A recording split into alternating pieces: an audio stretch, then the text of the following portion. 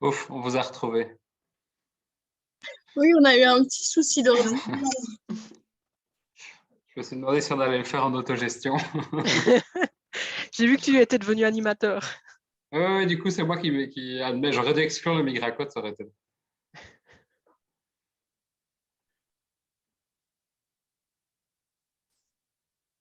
Conférence du coup sur la migration, sur l'immigration environnementale. Moi, c'est Claire et je suis en compagnie de Ficrou et de Joy. Bonjour. Bonjour. Et donc, on fait partie du quota projet Migracot. C'est un quota projet qui agit en soutien aux personnes migrantes, réfugiées, sans papier, demandeuses d'asile ou concernées par les questions liées à la migration d'une manière ou d'une autre. Ce soir, nous avons la chance d'avoir Nicolas Van Neufel et Sabine Henry comme intervenants. Nicolas Van Neufel est président de la coalition Climat et responsable du département plaidoyer du CNCD 11-11-11 et Sabine Henry est professeure à l'UNAMUR en géographie et elle est spécialisée dans les interactions entre le climat et la migration. Concernant le déroulé de cette conférence, on va d'abord avoir l'intervention du coup de Sabine Henry. S'il y a quelques questions pratiques à ce moment-là, n'hésitez pas à les poser. Et du coup, durant l'intervention, n'hésitez pas à les poser, on les posera à la fin. Et puis, ce sera suivi par l'intervention de Nicolas Van Neufel.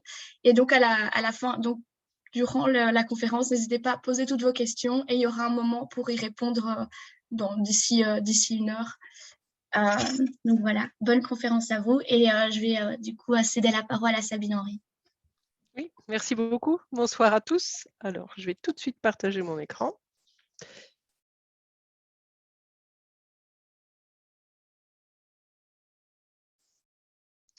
Que je n'ai pas testé avant. Mais...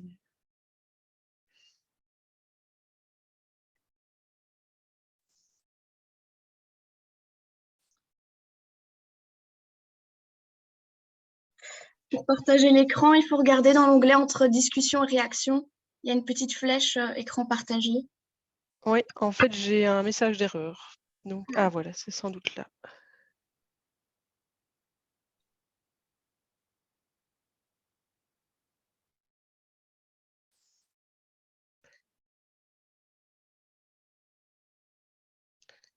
Bonjour.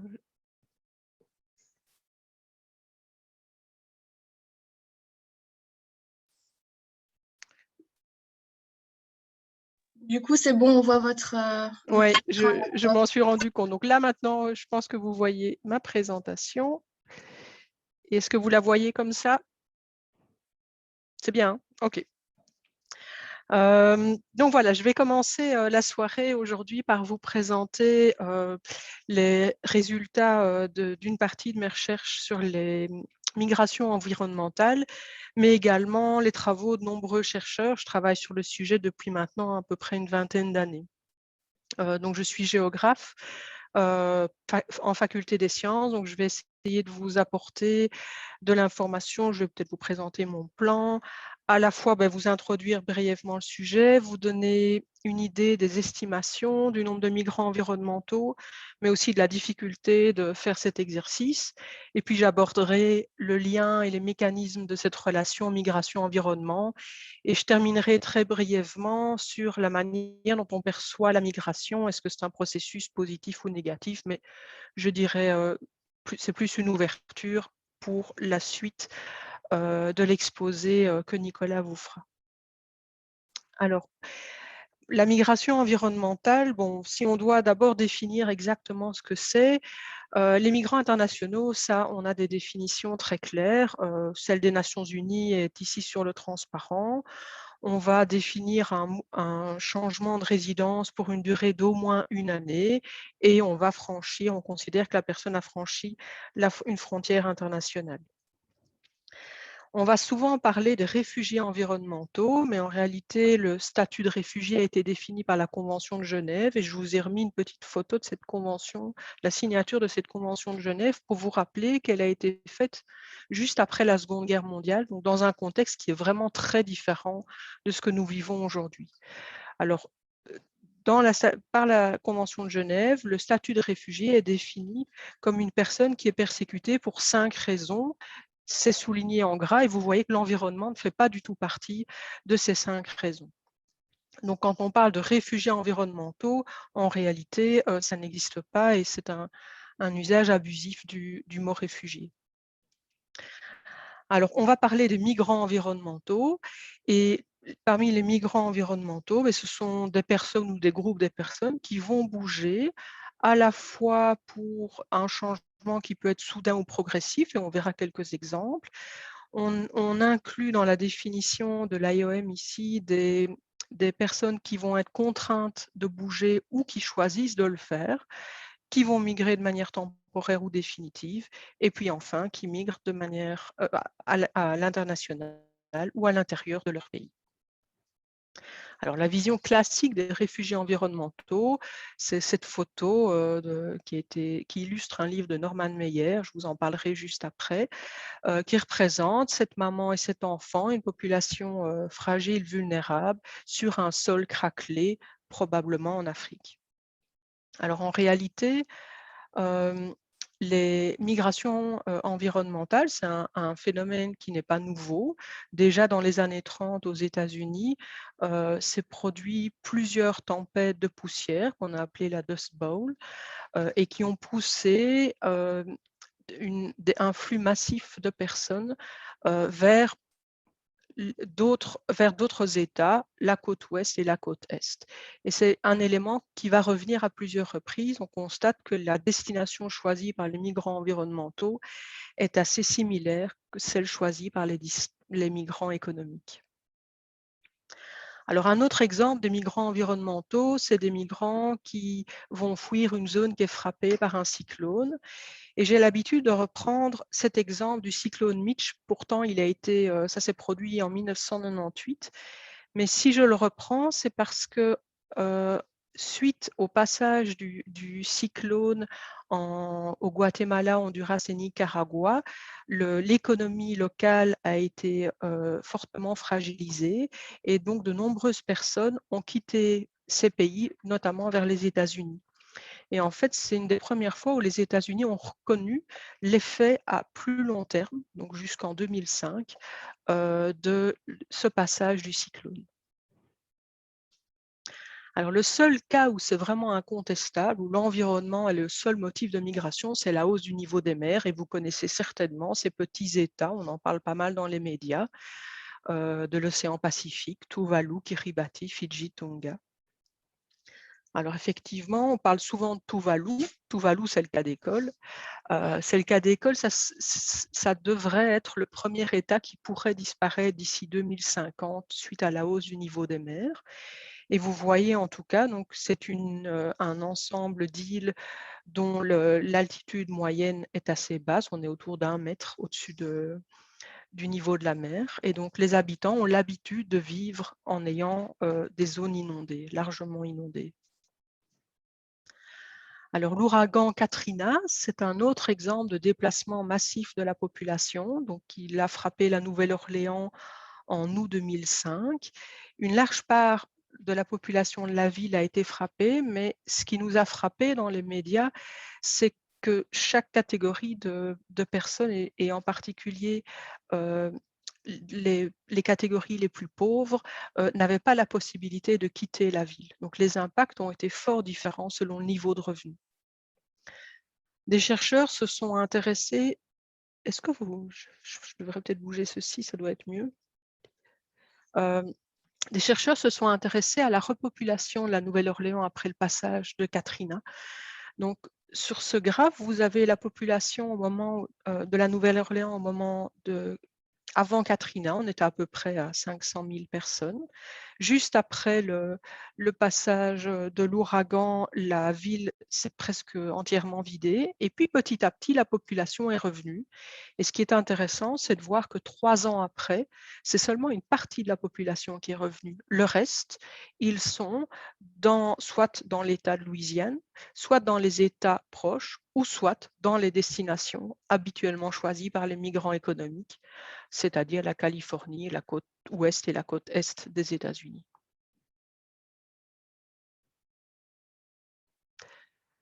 Alors, les migrants environnementaux, on peut les qualifier selon tout un gradient, à la fois de personnes qui vivent une situation comme des migrants, et puis de l'autre, sur la droite, des personnes qui vivent plutôt une situation comme des réfugiés. Alors, parmi les personnes qui vivent une situation comme un migrant, sont des personnes qui ont un contrôle beaucoup plus grand sur le processus de migration. Ça veut dire qu'ils vont choisir de manière plus approfondie, et en tout cas qui auront la possibilité de le faire, qui vont choisir la destination. Et donc, on les considère comme ayant une vulnérabilité faible, ou je dirais plus faible que les autres. C'est le cas de la dégradation des terres, c'est le cas de la hausse du niveau des mers, c'est-à-dire c'est le cas de personnes qui vont subir un changement graduel de l'environnement. De l'autre côté, on a des personnes qui vont fuir une situation, comme dans le cas en Indonésie ici d'une éruption volcanique, ou aux Philippines d'inondation. Et donc dans ce cadre-là, ils ont un contrôle beaucoup plus faible du processus de migration. On les considère comme beaucoup plus vulnérables. Alors, combien sont-ils? Ça, c'est vraiment la grande question. Il y a énormément d'estimations qui ont été faites, mais on peut au moins dire une chose, c'est que toutes les estimations sont sujets à controverse. Il y a quelques années, Susana Adamo, qui est une Argentine basée à New York, a essayé de faire un peu le relevé du nombre de personnes qui sont considérées comme migrants environnementaux. Beaucoup plus récemment, la Banque mondiale a sorti un rapport, le rapport Groundswell, qui essaye d'estimer le nombre de migrants internes liés au changement climatique.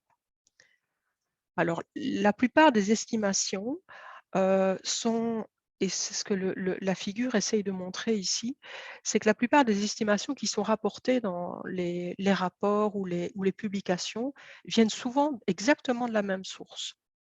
Et la source, c'est la production faite par Norman Mailer, et c'est pour ça que je voulais vous en parler un peu plus longuement. Donc Norman Mailer, c'est un environnementaliste réputé. Il est décédé il y a 2 ans. Il a été très actif pour estimer précisément le nombre de migrants, et pour faire en sorte que ce phénomène de migration environnementale soit connu dans le débat public.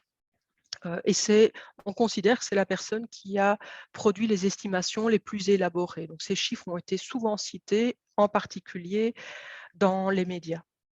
Alors il a une définition, je suis désolée, je pense que vous ne le voyez pas. Ah voilà, je vais réduire.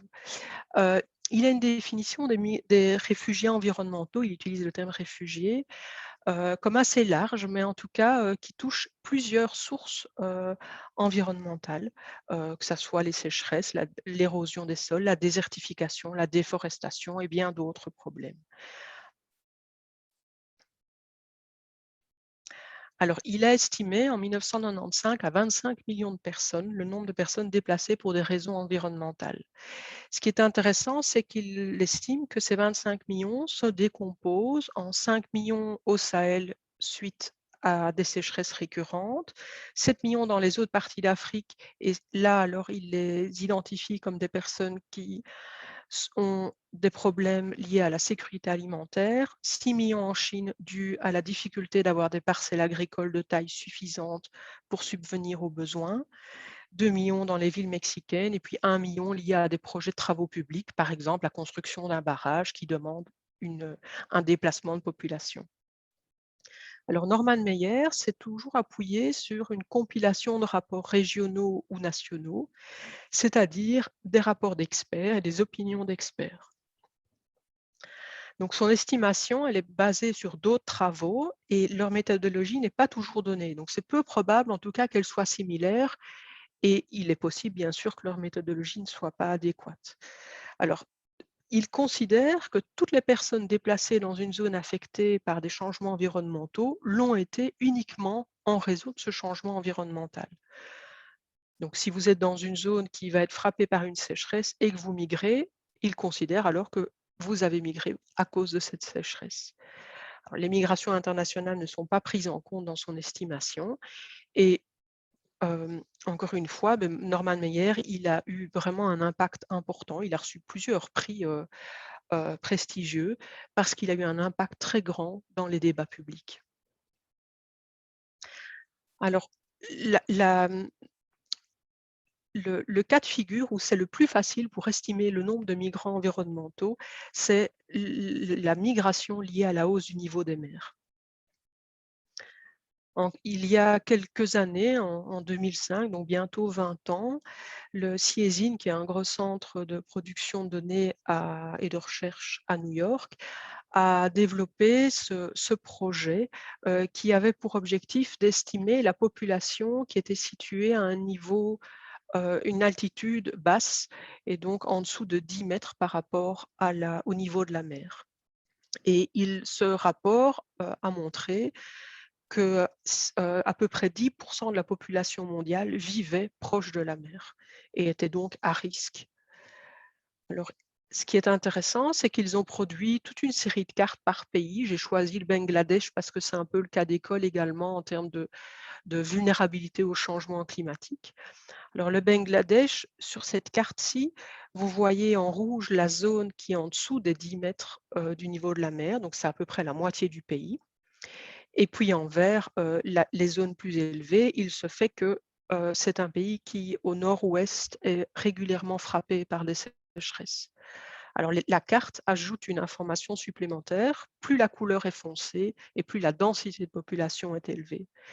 Le Bangladesh est un des pays les plus densément peuplés au monde et vous voyez clairement qu'une large part de la population vit dans une situation difficile par rapport en cas d'une hausse du niveau de la mer.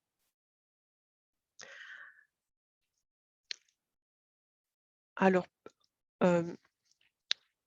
j'ai parlé du Bangladesh, mais je pourrais revenir sur ce graphe qui représente à la fois les populations touchées et les superficies qui sont menacées juste ici par le niveau d'1 mètre au-dessus du niveau de la mer. Les premiers pays qui y apparaissent, ce sont ces petites îles du Pacifique, Maldives, Marshall, Tuvalu, où d'ici 2050, 100% de la population pourrait être touchée par une hausse du niveau de la mer. En valeur absolue, ce sont les cercles proportionnels en nombre de personnes. En valeur absolue, ce n'est pas une quantité importante, mais ça concerne l'ensemble du territoire. Alors, des pays comme l'Inde, comme le Vietnam, je vais bouger ici, l'Égypte, le Bangladesh, on en parlait justement, sont des pays où une grande part de la population, enfin où une part non négligeable de la population peut être touchée, et en termes de nombre de personnes, c'est important également. Alors, une autre manière d'estimer le nombre de personnes qui pourraient être affectées par un changement environnemental, c'est l'exercice qui a été réalisé ici à Tacloban. C'est une ville aux Philippines qui a été frappée, qui a été qui a subi le plus de dégâts suite au passage du typhon Haiyan, ou on devrait dire le super typhon Haiyan. Les Philippines sont frappées à peu près une vingtaine de fois par an par des typhons, mais de temps en temps, il y a un typhon qui est vraiment beaucoup plus fort. Et en 2013, le typhon Haiyan est venu détruire une large part de cette ville. Et donc, sur la photo aérienne de la ville, on peut venir ajouter une couche de couleur en orange, les zones où les bâtiments ont été détruits, et en rouge, des zones qui ont été fortement affectées. Et donc, sur cette base, on peut estimer le nombre de personnes qui ont été touchées par le cyclone et donc potentiellement qui ont migré. Alors, pourquoi est-ce si difficile de chiffrer le nombre de migrants environnementaux? J'en viens à ma troisième partie et je voudrais vous présenter les liens entre la migration et l'environnement pour mieux vous aider à le comprendre. Il y a quelques années, en 2011, le gouvernement anglais a financé un large projet, le projet Foresight, qui avait pour objectif justement de faire un peu le point sur ce qu'on savait sur la migration environnementale. Il a produit ce schéma conceptuel qui est souvent utilisé et qui montre que la décision de migrer ou de rester, elle dépend de facteurs microéconomiques et méso, comme l'âge, le sexe, l'éducation, les facteurs méso, les réseaux sociaux par exemple, mais également d'un pentagone de 5 facteurs macro, les facteurs environnementaux, les facteurs politiques, démographiques, économiques et sociaux. Alors, ce que le rapport mettait en évidence, c'est que d'une part, c'est l'influence du changement environnemental sur ces 5 groupes de facteurs macro. Et donc, par le biais de ce graphe, on peut voir le nombre important de facteurs explicatifs de la migration où l'environnement et le changement environnemental interviennent. Donc, si vous voulez avoir une mesure précise du nombre de migrants environnementaux, vous avez besoin de données pour l'ensemble de ces facteurs, des données à la même échelle et à la même période de temps, ce qui est complexe. Alors, comment on peut introduire l'environnement dans un modèle de migration? Il y a quelques années maintenant, j'ai réalisé ma thèse sur l'influence des sécheresses sur la migration au Burkina Faso. Alors, je vais juste vous expliquer très rapidement comment j'ai procédé. Donc, on est au Burkina Faso, en Afrique de l'Ouest. C'est un pays qui est largement rural. Donc, l'économie dépend de l'agriculture, c'est un tiers du PIB. Et donc, dans ces conditions, on s'attend à ce que les conditions agroclimatiques sont vraiment cruciales pour le niveau de vie des ménages burkinabés. Alors, on a essayé de lier 3 bases de données. La première, c'est la carte tout en haut, c'est la trajectoire migratoire de 10 000 individus au Burkina Faso. Donc, on pouvait les suivre. Vous voyez ici, j'ai représenté un migrant qui est né en 1972, a bougé en 1975, 1980 et puis 1996. Au centre, vous avez une carte qui représente l'ensemble des villages au Burkina Faso pour lesquels on avait également collecté de l'information. Et puis, dans le bas de mon transparent, on a la pluviométrie par mois de 1960 à 1998. L'enquête avait eu lieu en 2000. Et donc, l'idée, c'était de lier ces 3 cartes et donc de pouvoir introduire l'environnement, les conditions de pluviométrique au moment où la migration a eu lieu. Alors, quels sont les résultats de cette étude en 2004? C'est que les conditions environnementales et pluviométriques, elles influencent bien la migration au Burkina Faso, mais on a pu mettre en avant la diversité des réponses migratoires aux variations pluviométriques. On a des migrations du milieu rural vers le milieu rural qui sont des migrations plutôt de court terme, moins de 2 ans, où là, effectivement, on a 20 fois plus de chances de quitter la zone plus aride que la zone plus favorable, la zone du sud-ouest. Et qu'en cas de sécheresse sévère, effectivement, on a plus de risques de migrer. Par contre, ce qu'on a pu mettre en avant, c'est que les migrations internationales, au contraire, elles ont été freinées pendant les sécheresses. Et on n'a pas mis en avant le rush vers la ville, alors que beaucoup de chercheurs en parlaient à cette époque-là. Alors, c'était une étude intéressante, c'était une des premières preuves empiriques sur le sujet, mais néanmoins, il y a énormément d'éléments qui étaient mal compris dans ce travail, et notamment la perception des gens. Certaines personnes ne migrent pas alors qu'elles vivent une sécheresse. C'est l'étude suivante. Donc, l'idée, c'est d'introduire la manière dont les gens vont percevoir leur environnement. On a réalisé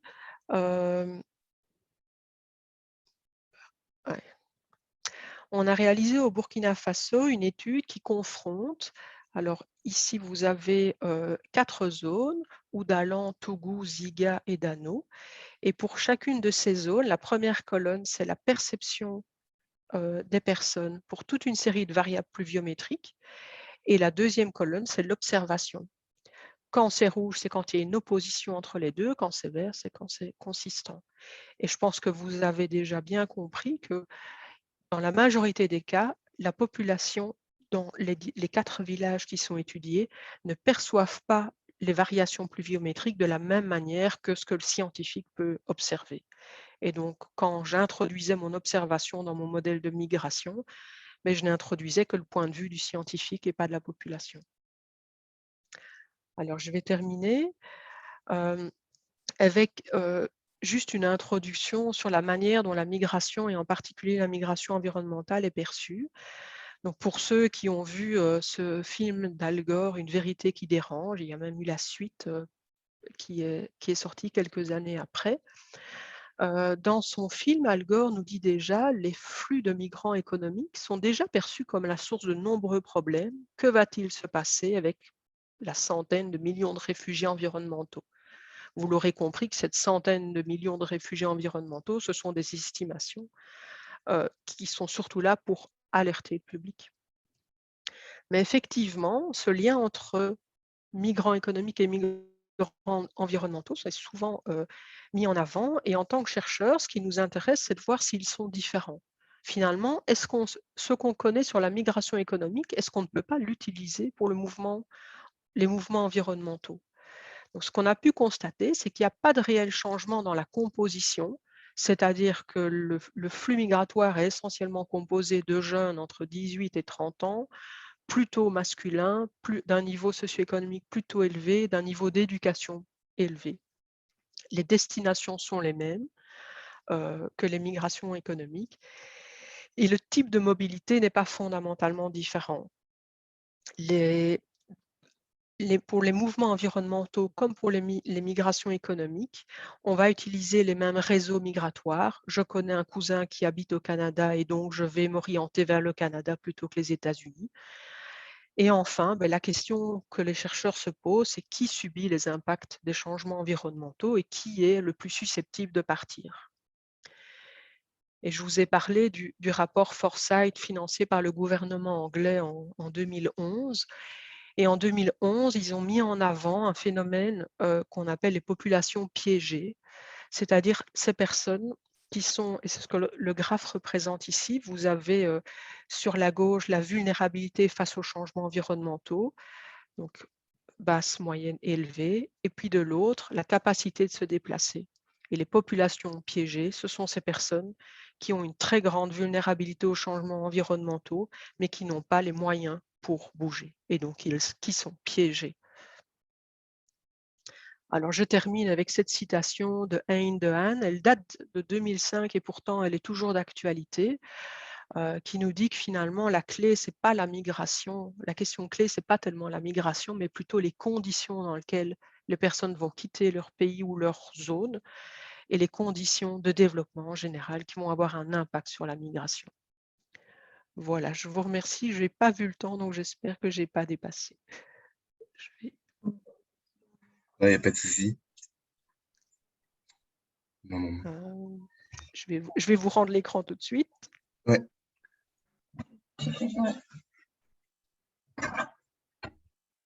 En fait, on a un petit problème avec notre ordinateur. Du coup, dans 2 minutes, on peut réinteragir.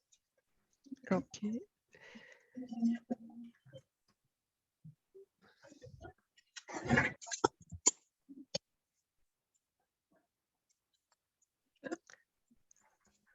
Ok. Ah voilà, pardon, je cherchais le truc, mais je l'ai trouvé. Voilà, je pense que vous avez retrouvé votre écran. Ouais, c'est juste, en fait, on a juste un écran avec un problème avec l'écran, mais ça va passer. Voilà. Alors, on n'a pas reçu de questions pendant votre intervention, mais nous, on se posait une question.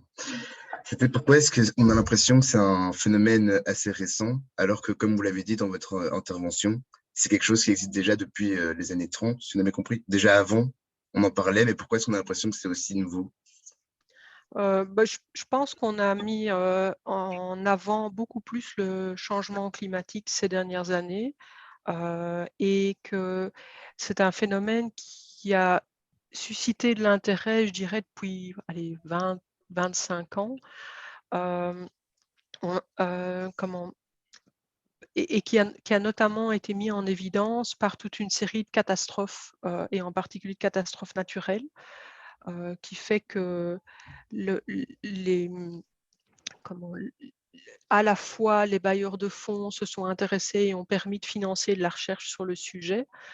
Les États, notamment les petites îles du Pacifique, se sont associés pour recevoir et pour tenter d'avoir une aide pour se protéger contre le changement climatique.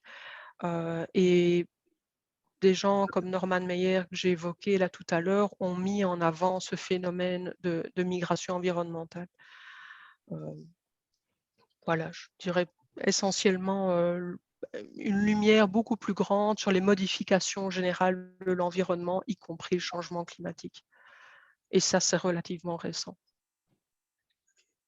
Et du coup, aujourd'hui, on suppose que ça va de pair avec le fait qu'il y aurait de plus en plus de chercheurs qui travaillent sur la question? Ou c'est encore un sujet qui est très peu exploité? Non, c'est beaucoup plus exploité aujourd'hui. Je pense quand j'ai commencé ma thèse, on était peu nombreux, mais aujourd'hui, non seulement c'est un sujet qui est plus largement étudié, mais surtout qui est étudié par des disciplines très différentes. Notamment, par exemple, en droit, il y a énormément de juristes qui s'intéressent à la question. Sylvie Saroala, par exemple, à l'UCL, s'intéresse beaucoup à l'adaptation du statut de réfugié au changement, aux facteurs environnementaux, par exemple, à cette notion de frontières et d'accès au visa. Les sciences politiques s'y intéressent pour mettre en avant l'impact du changement climatique d'un point de vue migration, l'adaptation des nouvelles politiques migratoires. Les géographes, bien sûr, comme je viens de vous le présenter. Et donc ça, je pense qu'effectivement, aujourd'hui, il y a des financements qui permettent de creuser cette question de différentes manières et de manière finalement fort interdisciplinaire. Ok, merci. Si on n'a pas d'autres questions, on va laisser la parole à Nicolas Van Nuffel. Et puis après, on aura la séance de questions-réponses avec tous les gens. Merci. Bonsoir tout le monde. À mon tour d'essayer de partager mon écran.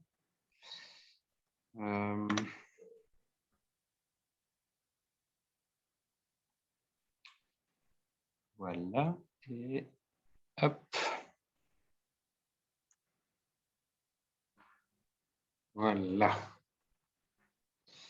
Non, ce n'est pas le bon écran. Je fais ça.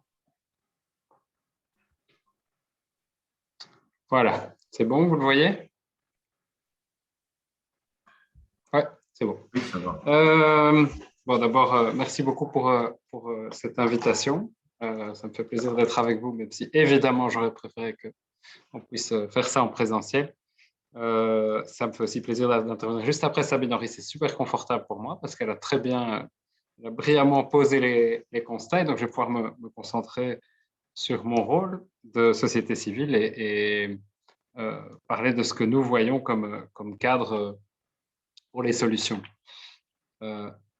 Voilà, peut-être commencer par vous expliquer de quel point de vue je parle. Donc, moi, je ne suis pas professeur d'université. Je travaille pour la coordination des organisations de solidarité internationale de Belgique francophone, le CNCD 1111, qui est actif depuis 55 ans maintenant pour à la fois soutenir toute une série d'organisations dans les pays du Sud qui milite pour l'universalisation des droits humains, pour sensibiliser, informer ici en Belgique et pour faire du plaidoyer politique, c'est-à-dire s'adresser aux responsables politiques belges, européens, internationaux pour changer les cadres et les faire évoluer de façon à diminuer les inégalités internationales.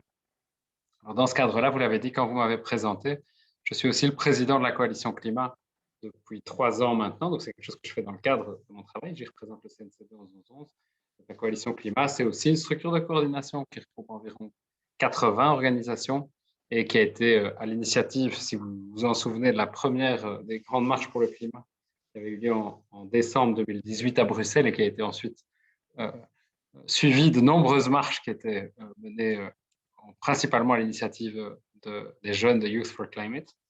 Et donc, voilà, je parle ici avec un double point de vue, qui est un point de vue nord-sud et aussi un point de vue sur le climat. Je précise que moi, je ne suis pas un spécialiste des questions de migration, je suis un généraliste, mais ce que ça m'apporte, c'est de pouvoir faire des liens entre toute une série de dimensions sur lesquelles nous travaillons.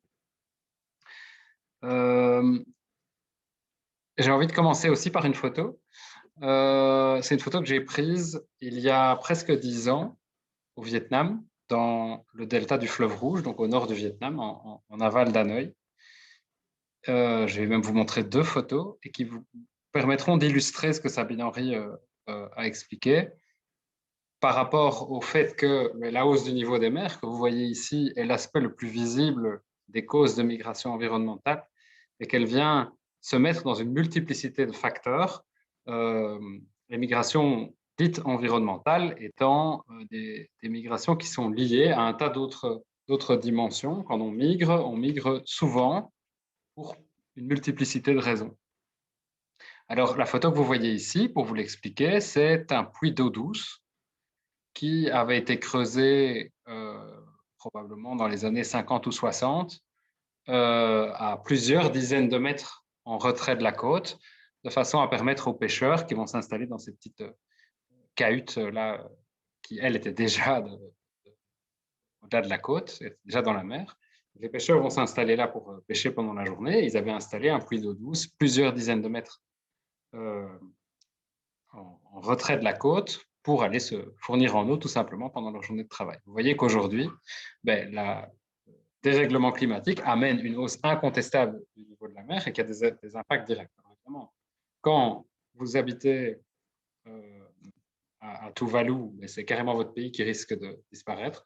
Quand vous habitez un pays comme le Vietnam, qui est moins plat que Tuvalu et surtout beaucoup plus grand, vous avez des capacités à vous déplacer, à aller vers l'intérieur des. Mais je trouve la deuxième photo beaucoup plus importante que la première, même si elle est moins spectaculaire. Ce que vous voyez là, ce sont d'anciennes rizières qui ont été transformées du fait de la salinisation du sol en champs d'aquaculture par les paysans locaux. Et donc, ce que vous voyez là, c'est le résultat d'une adaptation de ces paysans et de ces paysannes qui, du fait non seulement de la hausse du niveau des mers, mais de l'infiltration du sel marin dans le sol qui rend le sol impropre à la riziculture, se sont adaptés en passant de l'agriculture à l'élevage et en se mettant à élever soit du poisson, soit des crevettes. Quand vous voyez ça, vous vous dites, fantastique, quelle grande capacité d'adaptation, quel esprit d'entreprise ces agriculteurs ont eu. Et donc, maintenant, le problème est résolu. Problème, quand vous passez de la riziculture à l'aquaculture, vous devez investir. Et donc, vous allez notamment devoir investir dans un système de réfrigération qui est très coûteux pour des gens qui n'ont en plus pas accès à des financements facilement. Et donc, qu'est-ce qui se passe? Vous voulez investir, vous vous endettez, vous n'avez pas accès au marché, marché du crédit. Donc, la seule solution, c'est d'aller voir des usuriers qui vont vous prêter de l'argent à des taux absolument prohibitifs. Donc, vous allez vous endetter à un taux auquel il sera extrêmement difficile de rembourser sur base de votre production. Qu'est-ce que vous allez faire? Quand votre fille aînée aura l'âge de 15 ans, eh bien, vous allez l'envoyer à Hanoï ou à Haiphong, la grande zone industrielle qui ne se trouve pas très loin de là, pour travailler dans une usine qui produit des vêtements pour H&M ou pour Zara, qui seront ensuite exportés vers l'Union européenne. Alors, ce que je vous dis, ce n'est pas mes inventions, c'est le résultat de mes discussions avec ces éleveurs de crevettes dans le nord du Vietnam. Pourquoi je mets ça en évidence? Pour montrer que cette jeune fille, qui est partie travailler dans une usine à Haiphong, est-ce que c'est une migrante environnementale? C'est très difficile à dire. Et donc, non seulement il y a des parallèles énormes à faire, Sabine Henry l'a souligné, entre le parcours des migrants environnementaux et le parcours des migrants économiques, mais il est souvent très difficile, surtout en milieu rural où l'économie dépend de l'environnement de façon très forte. Il est évidemment extrêmement difficile de distinguer les causes de migration.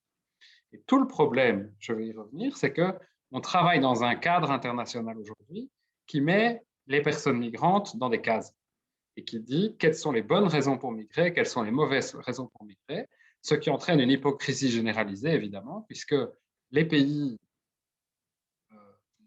en particulier les pays du Nord, les pays industrialisés, mettent des œillères en disant, en fait, on va fermer toutes les portes et on va accepter que des migrants politiques qui sont les réfugiés politiques, qui ont un statut et qu'on n'a pas le choix d'accueillir puisqu'il y a une convention internationale. On va fermer toutes les autres frontières et puis on va dire à ceux qui passent les frontières, même si on les a fermées, que de toute façon, on va les renvoyer chez eux parce qu'ils n'avaient pas à franchir la frontière illégalement et qu'il faut respecter les lois. Vous fermez toutes les portes et puis vous dites, si vous rentrez par les fenêtres, alors par définition, vous êtes en situation illégale, donc on va vous renvoyer chez vous. Et on ne va pas reconnaître ni les conditions économiques ni les conditions environnementales comme des raisons valables pour migrer.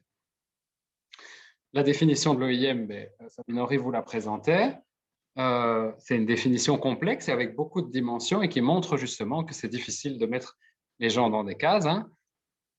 Sont des migrants environnementaux, les groupes ou les personnes qui, essentiellement pour des raisons liées à l'environnement, peuvent changer. Si tu as un changement environnemental qui peut être soudain ou progressif, soudain, c'est Katrina, progressif, c'est ce que je viens de vous montrer avec la hausse du niveau de la mer, qui influence négativement leur vie ou leurs conditions de vie, quittent leur foyer habituel de façon contrainte ou de leur propre initiative. Et donc, il y a cette distinction entre le fait de pouvoir choisir ou pas de migrer de façon temporaire ou définitive en se déplaçant à l'intérieur du pays ou en sortant. Deux auteurs ont sorti un bouquin il y a quelques années qui proposait de redéfinir le concept de réfugié pour que les réfugiés ne soient plus uniquement des réfugiés politiques, mais pour prendre comme réfugié toute personne qui se trouve obligée de migrer pour cause de force majeure. C'est un élément à la réflexion. Cela dit, quand on lit le détail du livre qu'ils ont publié, par la même occasion, en fait, ils proposent aussi de limiter très fortement les droits de ces personnes réfugiées, notamment de leur imposer de rester dans la région du pays dont elles sont originaires, en se basant sur le fait que le droit international garantit le droit de toute personne de quitter tout pays, y compris le sien, mais ne garantit absolument pas le droit d'entrer dans un autre. Et donc, selon eux, les gens qui quittent une situation, qu'elle soit de guerre environnementale, de persécution politique, devraient pouvoir passer dans le pays d'à côté, mais pas nécessairement aller. Donc ici, vous avez une caricature de Kroll qui était parue dans le Soir, qui met mieux en évidence que tous les mots que je pourrais employer le drame actuel. Hein. Alors lui, il parle de réfugiés économiques ou politiques, on peut ajouter ou réfugiés ou migrants environnementaux. Et pour l'Union européenne, ça, aujourd'hui, comme pour les États-Unis, c'est l'aspect essentiel. Dans quelle case va-t-on pouvoir mettre les personnes? Puisque quand vous êtes migrant économique, vous n'avez pas le droit de bouger. Quand vous êtes réfugié politique, on vous accepte, moyennant des procédures extrêmement difficiles pour le démontrer. Ça, c'est sur le constat, et je ne vais pas m'attarder plus dessus, puisque les constats ont été largement et brillamment présentés par Sabine. Alors, quel cadre maintenant pour créer un cadre positif qui permette à toute personne de vivre dignement là où elle le souhaite? Au CNCD 1111, on a mené pendant 2 ans, de 2016 à 2018, si je me souviens bien, une campagne pour la justice migratoire, à laquelle le Migracot avait d'ailleurs activement participé, mais vu la façon dont ça bouge dans les quotas projets, c'était vos prédécesseurs.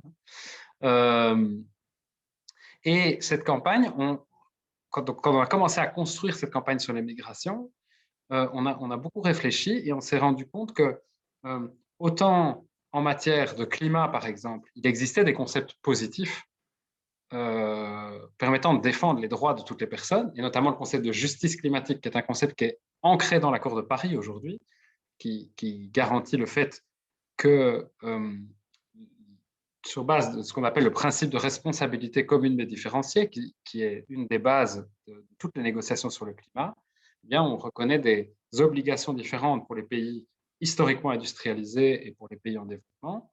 Première dimension de la justice climatique et puis une deuxième qui est une dimension de justice sociale. Et on s'est rendu compte qu'on parlait très peu de justice en matière de migration. Et donc, on a proposé un cadre au moment où on a lancé notre campagne, cadre qui s'est pas mal répandu depuis. C'est un terme que je commence à entendre à gauche et à droite. C'est ce concept de justice migratoire. Comment est-ce qu'on a...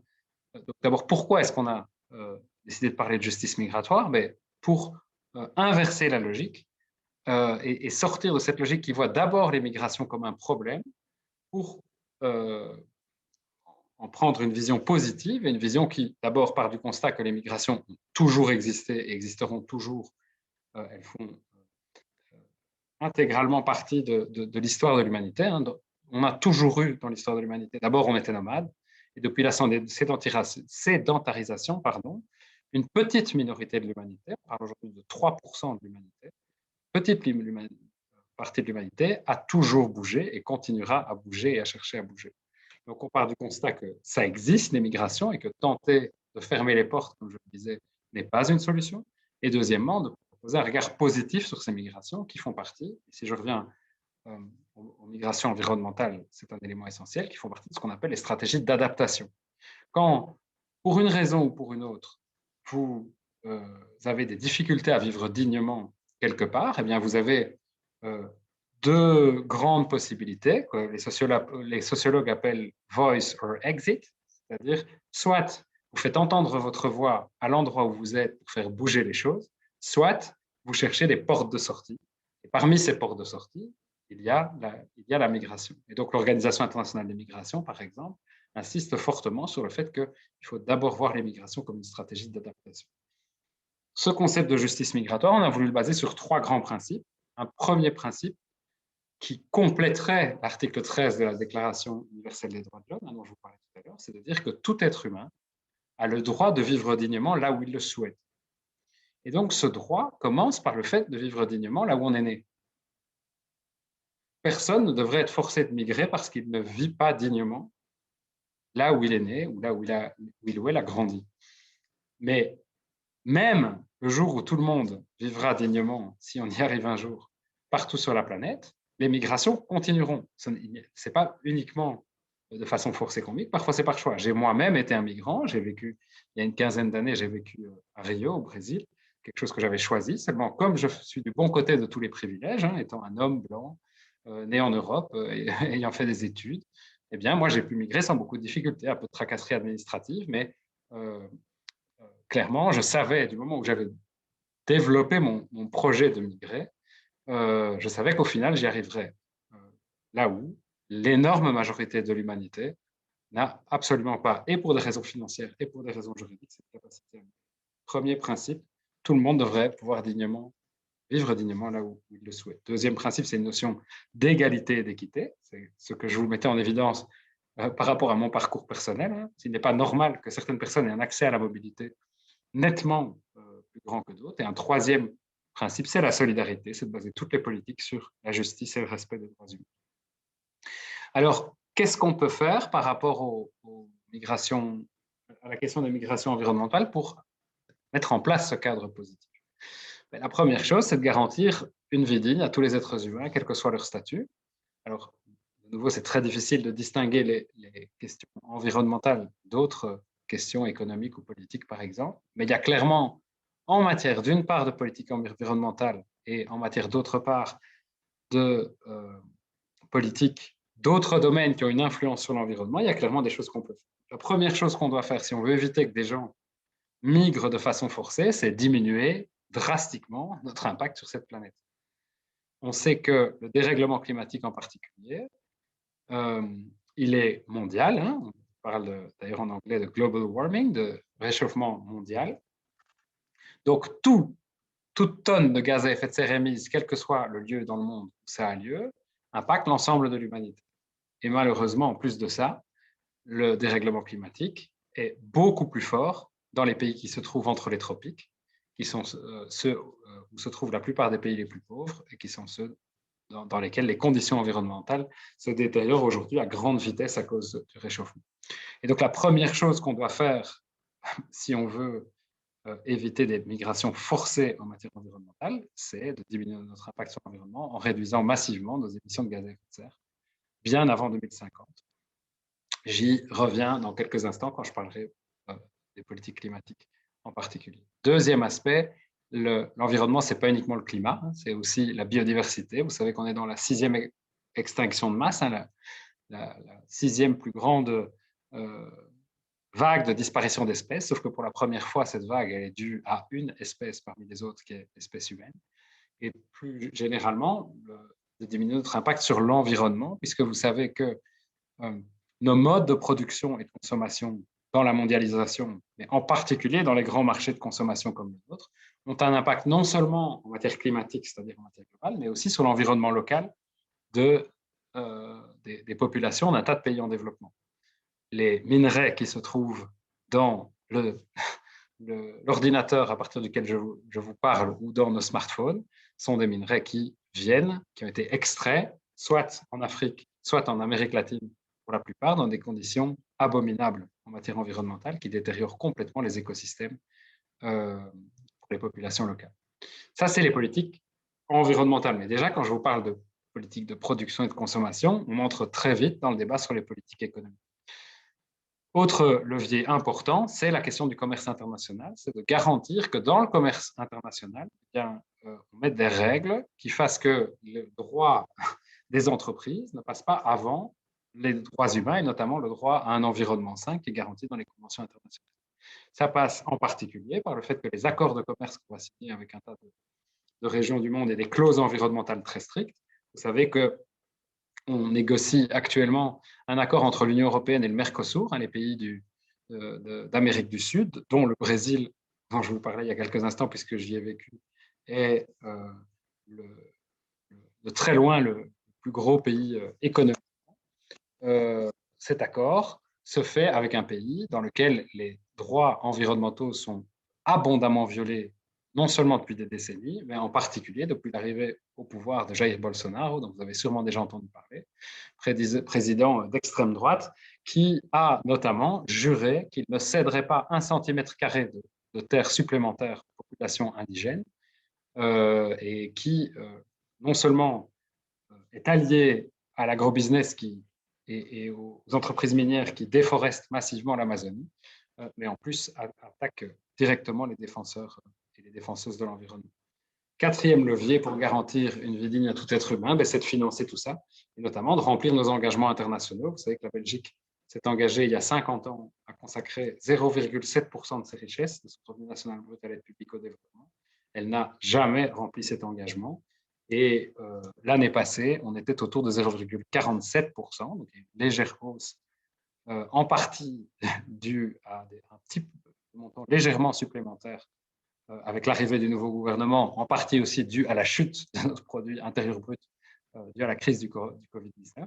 Donc même à 0,47%, on est loin de mettre les montants nécessaires. Par ailleurs, en matière de financement, il y a l'aide au développement, mais à côté de ça, la Belgique s'est engagée dans le cadre de l'accord de Paris à financer le développement durable et la lutte contre le dérèglement climatique dans les pays du Sud. Elle s'est engagée à hauteur de 50 millions d'euros en 2010 en disant on va augmenter progressivement les montants. Ils n'ont jamais été vraiment augmentés. Et en plus de ça, si vous prenez l'année 2019, 99% des montants qui ont été justifiés comme financement climatique dans le cadre de l'accord de Paris étaient en fait de l'aide au développement recyclée. Donc, on met un montant à disposition des pays du Sud dans le cadre de l'aide au développement et on le compte 2 fois, une fois dans la case aide au développement et une fois dans la case financement climatique. Donc, il n'y a pas de moyens supplémentaires qui sont à disposition. La présentation avance trop vite. Donc, premier levier qui est vraiment essentiel, c'est de permettre aux personnes de vivre dignement à travers des politiques internationales qui sont basées sur l'atteinte des objectifs de développement. Ensuite, il y a un deuxième levier, c'est de garantir la mise en place de voies légales et sûres de migration, de permettre aux gens qui veulent migrer de migrer dans de bonnes conditions.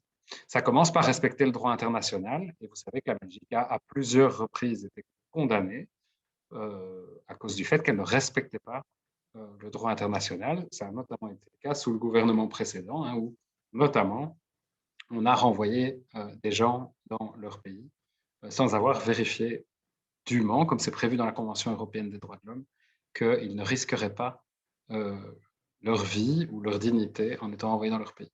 Premier élément. Deuxième élément, c'est de mettre en œuvre le fameux pacte mondial sur les migrations.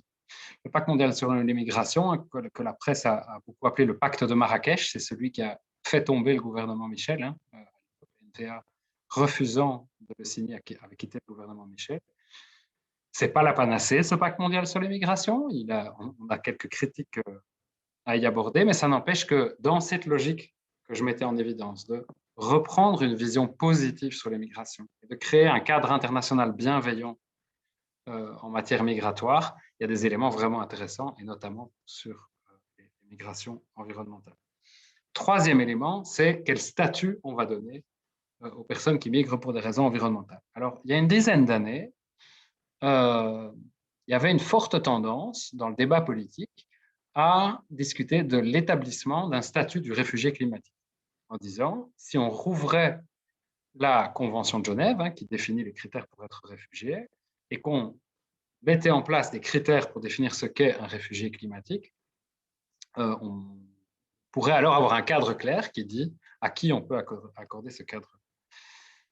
Notre position, c'est que ce n'est pas la solution et qu'il il vaut mieux prendre d'autres canaux. Pourquoi? Pour 2 raisons, je dirais. La première raison, c'est tout ce qu'on vous a expliqué tous les deux pendant nos présentations, c'est que créer un statut du réfugié climatique correspondrait à, de nouveau, mettre des cases qui permettraient de dire qui est dedans, qui est dehors, et donc à ne pas prendre en compte la pluralité des raisons pour lesquelles les gens migrent.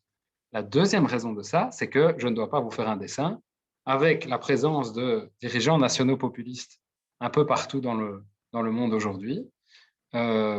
Si on devait rouvrir la Convention de Genève, il y aurait un gros danger, que ce soit pour fermer les conditions d'accès à celles et ceux qui aujourd'hui ont le droit au statut de réfugié politique. Et donc, on risquerait de rouvrir la Convention et de faire un marchandage où on créerait peut-être une condition intéressante pour le réfugié climatique, mais où derrière, on fermerait les conditions pour les réfugiés politiques. Donc, rouvrir la Convention de Genève n'est, à notre avis, pas une option. Par contre, il y a d'autres outils qui sont utiles, et notamment ce qu'on appelle la protection subsidiaire, qui relève de pouvoir discrétionnaire des États, mais qui, sur base de critères, pourrait donner un statut incluant les facteurs climatiques et environnementaux dans les raisons pour lesquelles on accepte que des personnes puissent être hébergées chez nous. Il y a aussi des instruments juridiques internationaux qui existent, et notamment l'initiative Nansen, j'y reviens dans quelques instants, qui établit une série de critères qui me semblent très intéressants. Et puis plus globalement, c'est simplement mettre en pacte une politique de mobilité plus ouverte, et je dis expressément de mobilité.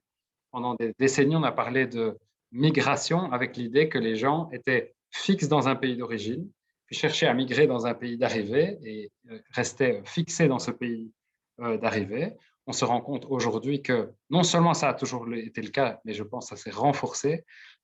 Beaucoup de personnes sont dans des logiques de mobilité, c'est-à-dire qu'ils vont se déplacer entre plusieurs endroits, parfois leur pays d'origine et un pays de destination, parfois même entre 2 ou 3 endroits au fur et à mesure de leur vie, et que donc une partie de l'humanité se conçoit comme en mobilité, c'est-à-dire pas fixée définitivement à un endroit.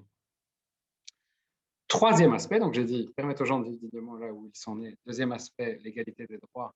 Et deuxième aspect, pardon, c'est les voies légales et sûres. Et troisième aspect, c'est de garantir l'égalité des droits sur notre territoire. L'égalité des droits, ça commence par, j'y reviendrai dans ma conclusion, mettre en place un cadre de régularisation pour les personnes sans papier, qui sont ces personnes qui sont rentrées par la fenêtre, l'expression que j'employais tout à l'heure, ou qui ont été chez nous avec un statut reconnu, mais que le statut est arrivé à terme. De garantir aussi l'égalité effective des droits pour les personnes, qu'elles soient migrantes ou issues des migrations. Vous savez qu'en Belgique, on est un des pays d'Europe où il y a les plus fortes discriminations à l'emploi pour les personnes qui sont soit migrantes, soit issues, donc descendants de migrants. Et donc ça nécessite aussi de lutter contre les préjugés et les discriminations. Quelques mots, mais je vois que le temps passe, sur l'initiative Nansen. Donc, l'initiative Nansen, c'est une initiative qui a été prise par une série de pays, à la fois des pays européens et des pays en développement, pour établir des critères sur ce que pourrait être un cadre international sur les migrations environnementales. Et donc, ils ont établi 10 critères, je les passe très rapidement en vue. Premièrement, se baser sur les connaissances appropriées, ce que nous disent les scientifiques, et sur une série de principes, humanité, dignité humaine, etc., qui sont ceux je vous parlais tout à l'heure. Deuxièmement, bien mettre en évidence l'obligation fondamentale qu'ont les États de protéger leur population, et notamment les populations les plus vulnérables. Excusez-moi, je bois une gorgée. Troisième aspect essentiel, on ne s'en sortira que si d'une part on a une volonté politique et d'autre part on mobilise tous les secteurs de la société, l'État mais aussi la société civile, le secteur privé, etc. Quatrième principe, c'est que quand les capacités nationales sont limitées, c'est notamment le cas dans toute une série de pays en développement, mais il faut utiliser la coopération internationale pour renforcer les cadres nationaux. Cinquième élément, c'est que c'est à travers des politiques de prévention et de résilience qu'on permet de prévenir les migrations forcées dans le domaine environnemental. Je continue, j'arrive déjà à la deuxième moitié. L'importance de préparer, et de préparer à la fois d'à la fois se préparer aux catastrophes et d'avoir la capacité à réagir dans l'urgence. 7e principe, c'est le fait de renforcer et d'appliquer les règles de droit. Un 8e principe, c'est qu'il existe des principes directeurs pour le déplacement interne des personnes qui pourraient être appliqués au niveau international. La cohérence et la logique, puis des politiques et des solutions nationales et internationales qui doivent être basées sur une série de principes. Et j'insiste sur l'une d'entre elles, qui est le consentement, le fait de ne pas forcer les gens à se déplacer, ni dans un sens, ni dans l'autre. Je n'ai pas le temps maintenant de m'attarder sur la question de quelle politique climatique alors on doit mettre en place, ou pour faire l'objet d'une autre conférence, peut-être organisée par un autre quota projet du coup, mais d'évidence, on ne s'en sortira pas sans des politiques climatiques ambitieuses. Et ça commence, je vous l'ai dit, par des diminutions massives de nos émissions de gaz à effet de serre d'ici 2030, donc maintenant tout de suite, et de la suppression de nos émissions d'ici bien avant 2050. Il faut des moyens concrets pour le faire, mais, des mesures concrètes pardon, pour le faire, mais il faut aussi des moyens pour nous et des moyens pour les pays en développement. J'ai déjà insisté là-dessus. Donc je vais conclure. Comme je pensais, été plus long que j'en avais dit que je ferais, mais voilà, je suis bavard. Je vais conclure avec quelques éléments qui, je pense, ressortent à la fois de la présentation de Sabine Henry et la mienne. Donc, premièrement, les migrations sont toujours le résultat d'un mélange de facteurs, ou en tout cas très souvent, on va dire. L'exception, c'est le fait qu'il y ait une seule cause. Souvent, c'est un mélange. Deuxièmement, elles sont profondément ancrées dans l'histoire humaine. Les migrations climatiques et environnementales vont probablement augmenter puisque les écosystèmes sont aujourd'hui mis en danger. Pour qu'elles se passent bien, je dirais qu'il faut 3 choses. 1, on doit prévenir les migrations forcées en agissant sur les causes profondes et donc arrêter de dégrader l'environnement. 2, on doit mettre en place un cadre qui garantit qu'elles se passent bien et notamment qu'on puisse migrer dans des conditions qui soient à la fois légales et sûres. Et troisièmement, et ça j'ai peut-être pas beaucoup insisté dessus dans ma présentation, mais si on veut pouvoir mettre ce cadre-là, il faut agir sur les mentalités, puisqu'on sait qu'aujourd'hui, la question migratoire est une question qui clive énormément dans des pays comme le nôtre au niveau politique. Eh bien, si on veut mettre fin à ces clivages-là, il faut pouvoir agir à la fois sur les stéréotypes, sur les discriminations et aussi sur les inégalités, puisqu'on sait, notamment les travaux de Thomas Piketty, ont mis en évidence à quel point aujourd'hui, on a toute une partie de la population, et notamment ceux qui ont le moins accès à l'éducation, qui vont être le plus tentés de rejoindre des partis nationaux populistes parce qu'ils se sentent abandonnés aujourd'hui par l'État. Voilà, on peut agir pour le climat. Et donc, je vous demande de déjà mettre une date dans votre agenda. Si la situation sanitaire le permet, on a bien l'intention de reprendre la rue. Donc, vous pouvez déjà mettre la date du 10 octobre dans vos agendas. On espère pouvoir descendre dans la rue pour réappeler à l'ambition pour le climat. On peut agir pour la justice migratoire. Vous voyez là le site que la coordination des sans-papiers a mis en place. We are Belgium too. Nous sommes aussi la Belgique. Il y a une pétition. On estime qu'il y a environ 150 000 personnes sans papiers en Belgique. On essaye de réunir 150 000 signatures pour soutenir ces travailleurs et travailleuses sans papier. Vous pouvez aussi rejoindre des initiatives communes hospitalières qui ont émergé un peu partout en Wallonie, à Bruxelles. Puis, si vous voulez agir avec le Sud, vous pouvez aussi devenir volontaire auprès du CNCD en 11. Il suffit d'écrire à ma collègue Morgane, qui est en charge du Brabant Wallon, à cncd.be, et je m'arrête là. Merci beaucoup. Merci pour votre présentation. Mais, je pense qu'on a déjà une question qui est arrivée, enfin pas une question, mais une main levée. Je pense qu'il y a Simon Moutquin qui veut prendre la parole. Je t'en prie, Simon, tu peux prendre la parole.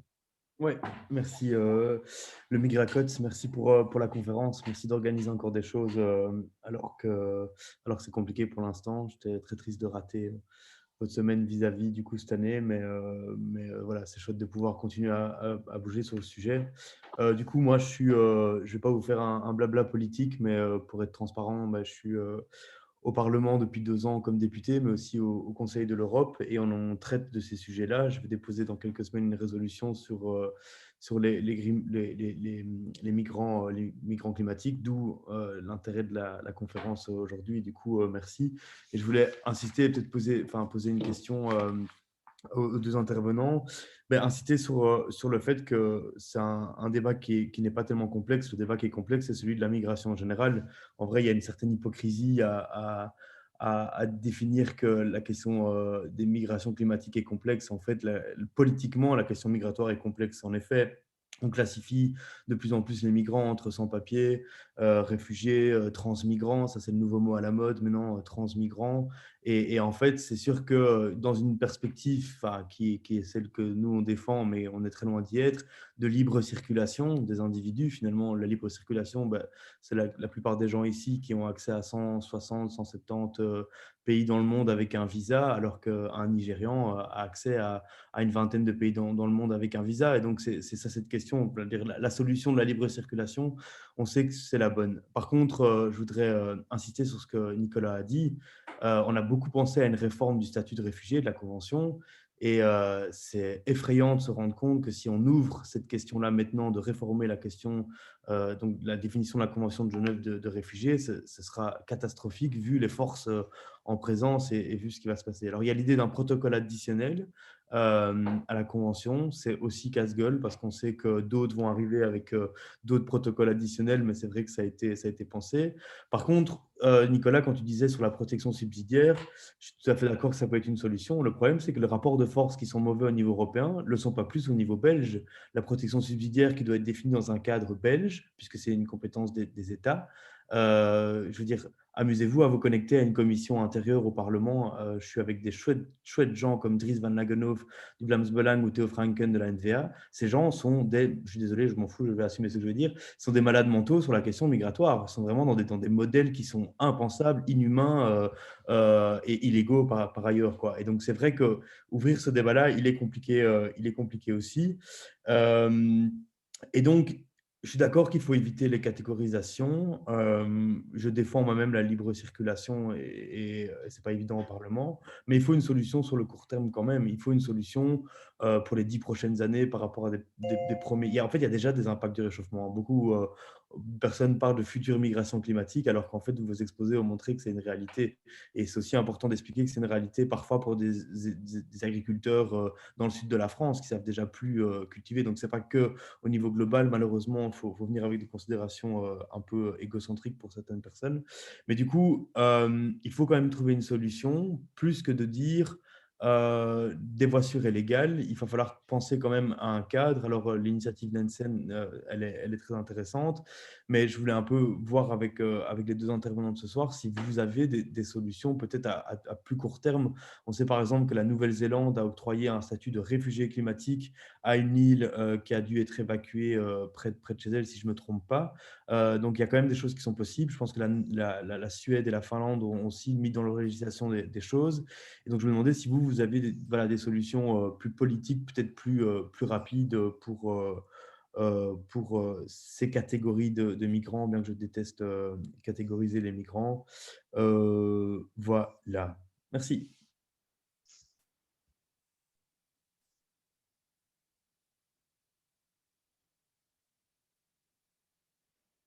Je peux peut-être commencer. Juste, quelques mots, voilà. Je vais rebondir sur un élément que Nicolas a souligné, mais vous aussi, sur cette question de mobilité ou de transmigrants, mais c'est la même.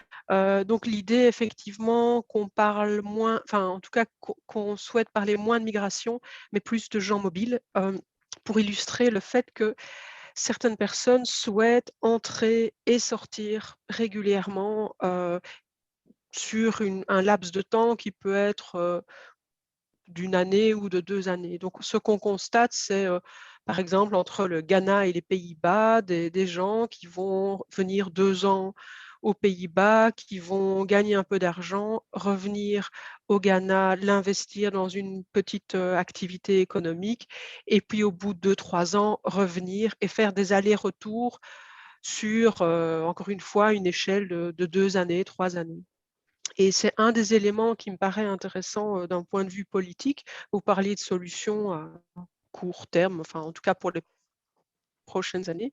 Cette idée que d'autres chercheurs, et je parlais des juristes et de l'importance des juristes sur la question des migrations environnementales, que d'autres chercheurs développent, c'est l'idée d'octroyer des visas multiples entrées pour une période de 10 ans, par exemple. Parce que ce qu'on constate, c'est que plus les frontières se ferment, plus les gens se sédentarisent, c'est-à-dire n'osent plus quitter. Une fois qu'ils sont entrés en Europe, ils n'oseront plus rentrer. Et donc, l'idée, c'est d'avoir cette possibilité d'entrer relativement facilement sur le continent européen, puisque c'est souvent ce type de migration qui rend frileux certains hommes politiques, mais avoir la possibilité également de rentrer, d'avoir des allers-retours. Et par l'intermédiaire d'un visa multi-entrée sur 5 ou sur 10 ans, d'avoir finalement peut-être 2 chances, 3 chances de pouvoir faire des allers-retours entre l'Afrique et l'Europe.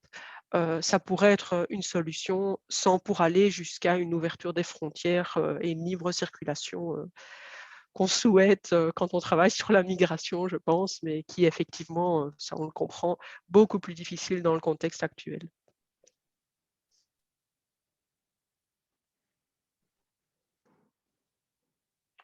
Oui, j'ai pas énormément à rajouter. Moi, c'est ça que j'aurais pointé aussi, mais je sais que on fait face à un convaincu. Donc pour moi, c'est vraiment une des clés et c'est une des choses les plus difficiles à faire comprendre dans le monde politique et dans le débat. Et notamment, c'est une évidence que c'est beaucoup plus difficile d'en prendre sur ces sujets-là. Mais le fait que fermer les frontières d'accès, c'est la meilleure façon de bloquer les gens chez nous, c'est dans une certaine mesure contre-intuitif. Et donc, c'est quelque chose qui est difficile à faire avancer dans le débat. Or, pourtant, c'est un des aspects qu'on constate le plus et qui fait d'ailleurs notamment la différence entre des sans-papiers latino-américains et des sans-papiers d'Afrique subsaharienne. Parce que les latino-américains ayant moins de difficultés d'accès à notre sol, ils sont beaucoup plus dans la mobilité, des Brésiliens ou des Équatoriens beaucoup plus dans la mobilité parce que quand ils rentrent dans leur pays, ils savent que normalement, ils devraient avoir des chances de remettre les pieds sur le sol européen. Si vous êtes malien ou burkinabé, c'est clair que si vous avez traversé une fois la Méditerranée, a priori, vous n'avez pas envie de le faire 2 fois. Et donc, pour moi, ça, c'est une des clés. Évidemment, ça ne concerne de nouveau pas que les migrations environnementales, mais je trouve extrêmement difficile de faire des propositions concrètes pour le cadre en Belgique sur les migrations environnementales parce que justement, par définition,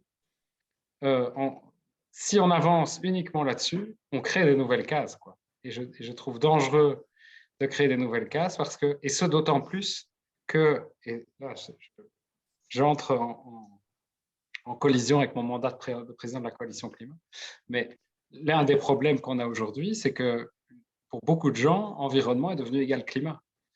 Et que donc, on va créer un cadre, on va appeler réfugié climatique, qui ne va regarder que la dimension climatique. Or, on sait qu'un des problèmes auxquels on fait face actuellement dans toutes les politiques, c'est que même les politiques environnementales sont mises en silo avec le climat, la biodiversité, etc. Et par ailleurs, moi, je conteste même la notion d'environnement. L'idée d'environnement, c'est l'idée qu'il y aurait d'une part la civilisation et de l'autre la nature. Or, on sait qu'on est en interaction profonde avec l'environnement. Je sais que je suis ici face à des personnes qui sont convaincues. Merci pour vos réponses. On a reçu d'autres questions dans le chat, notamment de Margot. Où en sommes-nous au niveau de la politique sur la question de l'établissement des voies sûres et légales de migration? Des discussions en cours au niveau international ou pas du tout? Merci. Je ne sais pas lequel de vous deux veut répondre. C'est pas moi. Je pense que Nicolas s'en doute bien plus. On devrait peut-être presque donner la parole à Simon. Alors, au niveau politique, le cœur du débat, j'ai vu que Simon avait déjà répondu ça dans le chat. Le cœur du débat aujourd'hui, c'est le pacte européen sur les migrations. Donc, il faut bien différencier qu'il y a un pacte mondial sur l'immigration, le dit pacte de Marrakech, qui est un cadre non contraignant. C'est un cadre politique. Alors, quand on dit non contraignant, il faut faire attention parce que non contraignant, ça ne veut pas dire qu'il n'est pas censé avoir d'impact réel. La Déclaration universelle des droits de l'homme est un pacte non contraignant. Mais elle a découlé de cette déclaration de 1948, ont découlé toute une série d'obligations pour les États au fur et à mesure qu'on a voulu la mettre en œuvre, et aussi des conventions qui sont devenues réellement contraignantes, comme la Convention européenne des droits de l'homme. Et donc le pacte mondial sur les migrations est un pacte qu'on pourrait dire du même type, qui pose un cadre général. Un pays ne peut pas être poursuivi parce qu'il ne met pas en œuvre le pacte mondial sur les migrations, mais en attendant, on espère pouvoir le transformer en une série d'actions qui, elles, seront contraignantes à l'avenir. Ça, c'est un aspect. Ce pacte-là, il est signé aujourd'hui, les débats sont terminés, entre guillemets, mais nous suivons de près la mise en œuvre par la Belgique du pacte. Et donc, il y a au sein du SPF Affaires étrangères, il y a un diplomate qui est en charge du suivi de la mise en œuvre de ce pacte mondial migration, avec qui on est en dialogue. Ça, c'est une chose. L'autre chose, c'est les politiques, alors réellement, les mesures politiques qu'on prend. Vous savez que, comme dans beaucoup de matières, c'est l'Union européenne aujourd'hui qui est compétente pour une bonne partie des compétences, pas toutes, et aujourd'hui, l'Union européenne cherche à avoir une politique migratoire intégrée, ce qui n'est pas facile, vu les fortes divergences entre les États membres sur le sujet, et vu le manque total de solidarité entre les États membres, entre, d'une part, des pays comme l'Italie, la Grèce et l'Espagne, qui, puisqu'ils sont à la frontière, voient arriver la majorité des personnes qui cherchent à s'établir sur le territoire européen, en tout cas la majorité des personnes qui le font de façon non licite, puisqu'il y a en fait l'énorme majorité des migrations, ce sont des migrations qui sont légales. Premier élément, première partie, et puis face à ça, des pays qui ne reçoivent à peu près aucune personne migrante, mais qui, pour des raisons notamment électoralistes, refusent toute forme de solidarité. On parle de pays comme la Hongrie, par exemple, qui prônent une fermeture totale des frontières, alors que sur leur territoire, il y a en fait très peu de personnes, très peu de personnes migrantes. Et donc, les 27 États membres négocient actuellement un pacte européen sur l'immigration. Si vous voulez en savoir plus, je ne peux pas être trop long là-dessus, mais vous allez voir sur notre site, on a publié l'une ou l'autre analyse de ce pacte, et ça ne prend clairement pas la bonne direction. Donc, un article publié par Cécile Van der Stappen, qui travaille dans mon équipe sur la question migratoire, s'intitule « Le pacte européen contre les migrations ». On est clairement aujourd'hui dans une logique, dans tous les pays occidentaux, et notamment dans l'Union européenne, où a priori, la migration est toujours vue comme un problème. Et à la limite, dans tout le spectre politique, on l'entend souvent traité comme un problème. Donc, on a des partis qui disent que les migrants sont des victimes, et on a en face des partis qui les voient comme je vais employer un mot expressément caricatural, des coupables, et qui vont fortement axer leur propagande électorale sur la lutte contre les migrations. Et donc, c'est devenu extrêmement difficile de poser un débat serein sur cette question de migration en mettant en évidence que, comme je l'ai dit, elles font partie des stratégies d'adaptation, tout simplement, et que donc elles sont ancrées dans l'histoire humaine, et que l'important, c'est le cadre, plus que le fait de dire il faut plus ou moins de migration. C'est extrêmement difficile au niveau politique, ce débat-là, et Simon l'a souligné, c'est clair que on fait face dans le cadre politique aujourd'hui à des partis, y compris dans les partis dits démocratiques, à des prises de position extrêmement inquiétantes sur le sujet. Et je veux dire que moi, j'ai été frappé quand on a commencé à entendre dans les partis, je dis dans les partis qui sont censés être des partis démocratiques, des discours du type on ne doit pas accepter plus de migrants chez nous parce que ce serait faire le jeu des populistes et ça ferait monter les partis d'extrême droite. Donc en fait, on met en œuvre la politique des partis d'extrême droite pour éviter qu'ils gagnent les élections. Et vous avez vu le résultat, en général, les gens préfèrent l'original à la copie.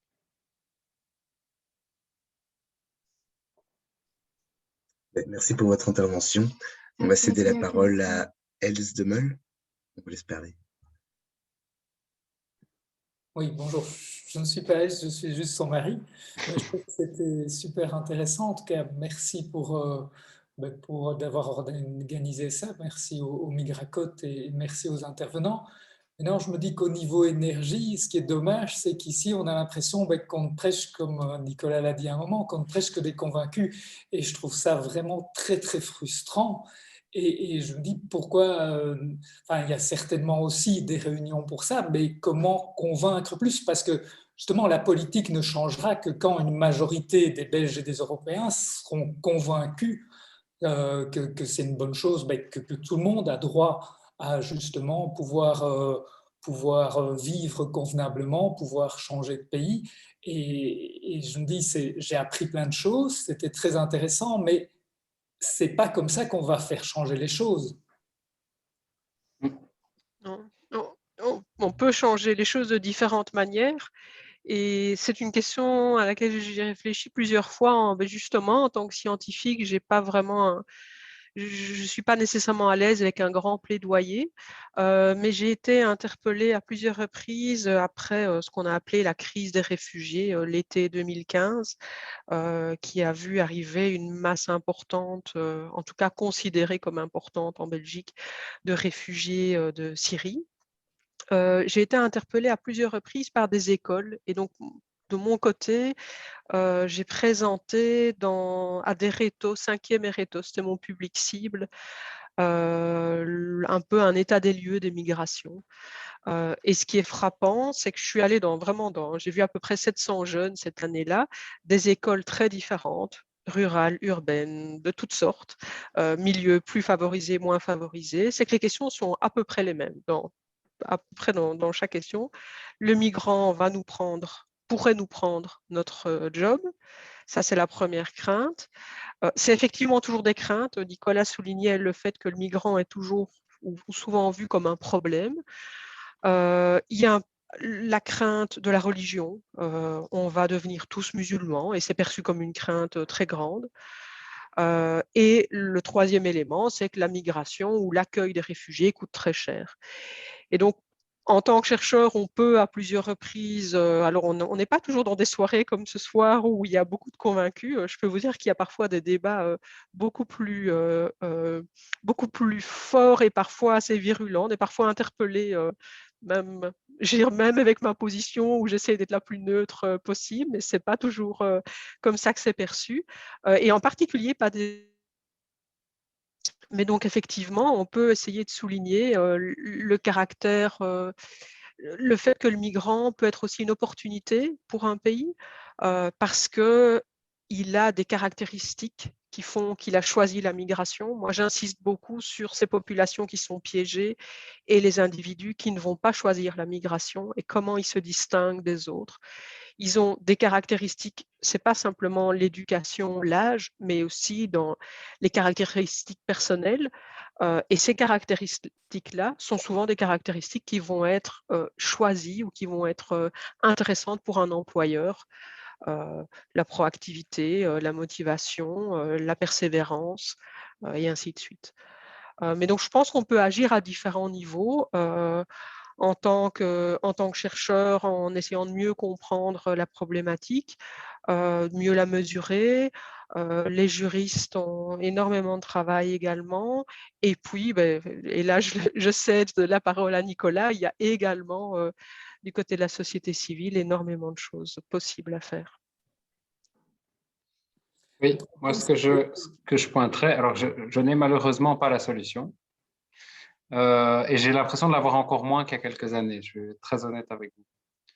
Je l'ai dit, on a mené une campagne pour la justice migratoire pendant 2 ans.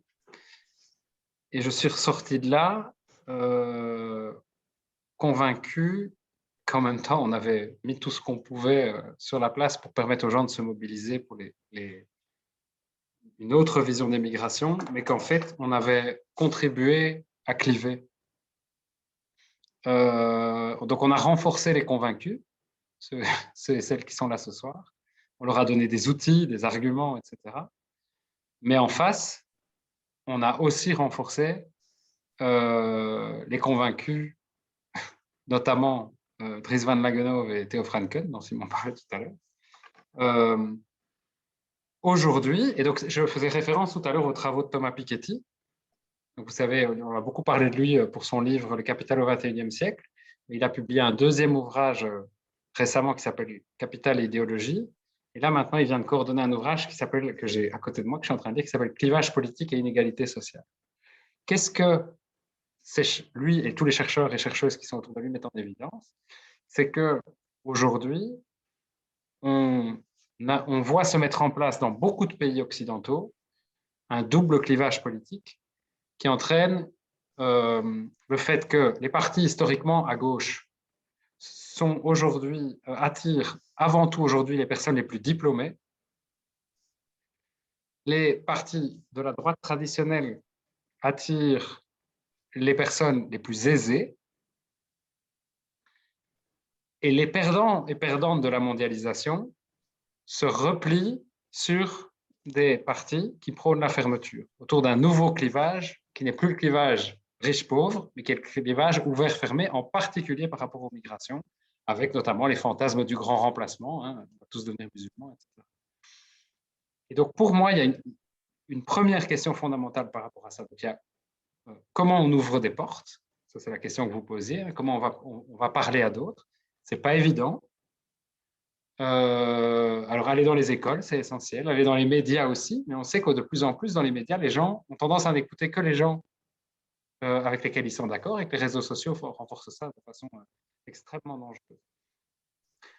Mais donc, pour moi, il y a vraiment un combat à mener sur la question des inégalités et de porter des solutions aux personnes qui se sentent les perdantes de la mondialisation aujourd'hui, et qui du coup voient dans les personnes issues des migrations la cause de leurs problèmes. Ça, c'est un aspect. Et un deuxième, c'est la question du cadre dans lequel on parle. De nouveau, je n'ai pas de solution toute faite, mais il est clair qu'on a laissé aux populistes l'opportunité de définir le cadre de la discussion. Et donc, si on veut gagner, il va falloir qu'on reprenne en main ce cadre-là. Donc, la personne la plus douée en Belgique pour ce qu'on appelle parfois en mauvais anglais le framing, le cadrage des discussions, c'est Bart de Wever.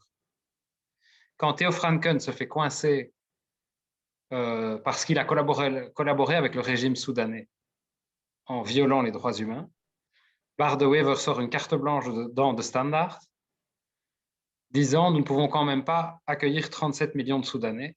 Notre système de protection sociale n'y résisterait pas. » Résultat, tous les gens qui défendent les droits des personnes migrantes s'engouffrent dans ce cadre-là et commencent à dire « Mais enfin, c'est ridicule ce que vous dites.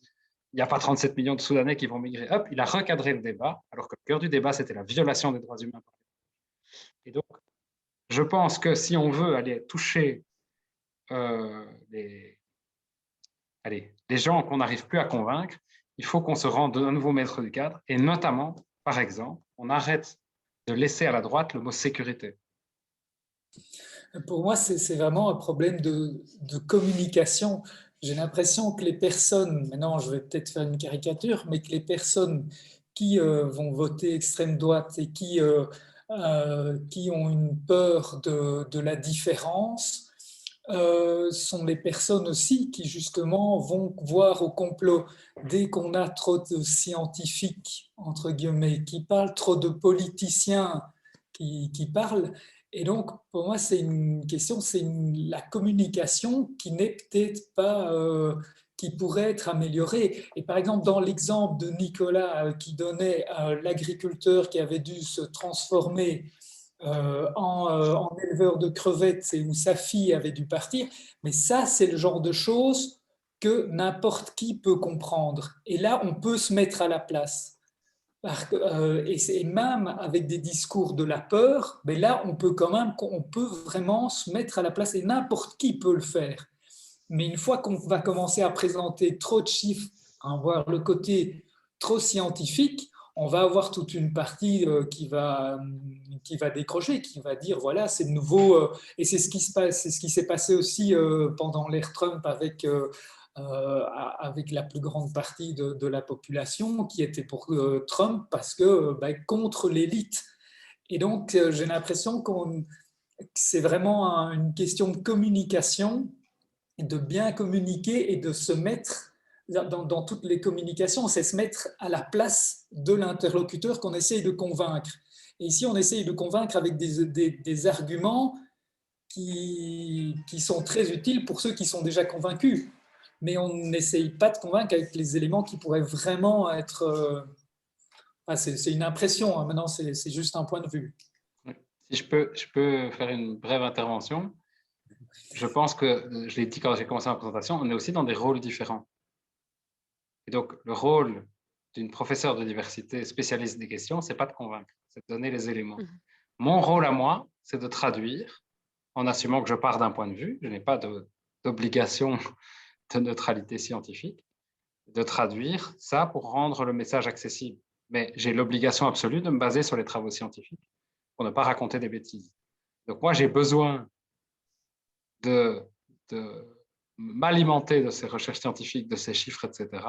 Mais je suis d'accord que les chiffres ne suffiront pas à convaincre. Les chiffres, ils sont là pour objectiver la discussion.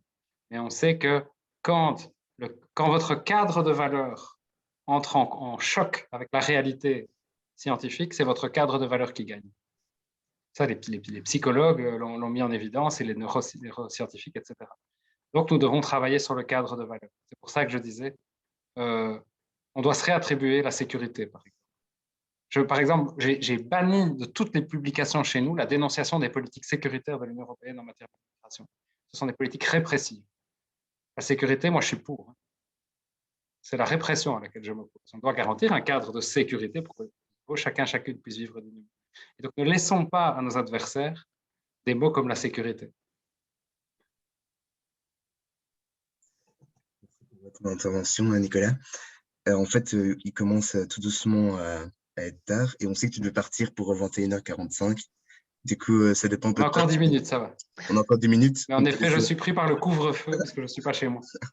Pas de souci. Alors, on laisse la parole à Simon pour la suite du débat. Oui, mais le Migracode, vous m'arrêtez, parce que la soirée, je suis seul politique, donc c'est un peu injuste et c'est un peu facile, et je ne vais pas dire pour quelle partie, dans quelle partie je suis, même si bon, ça se devine un peu. Mais vraiment, vous m'arrêtez si je vais trop loin. Nation. Ok. Nation, c'est ça, le Parti populaire a plus de… Enfin bref, juste par rapport à ce qui a été dit, après je dois vous laisser parce que j'ai une autre réunion.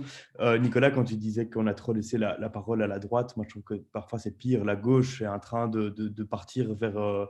c'est très intéressant de voir comme la gauche, par exemple, danoise, le Parti socialiste danois, ou même le SPA ici en Belgique, le Parti socialiste flamand, va complètement dans des thèses identitaires proches de la NVA. J'ai négocié 4 jours sur le chapitre migratoire. Je peux vous dire que c'est pas que du MR que j'ai entendu des choses affreuses, et ça, il faut aussi le constater.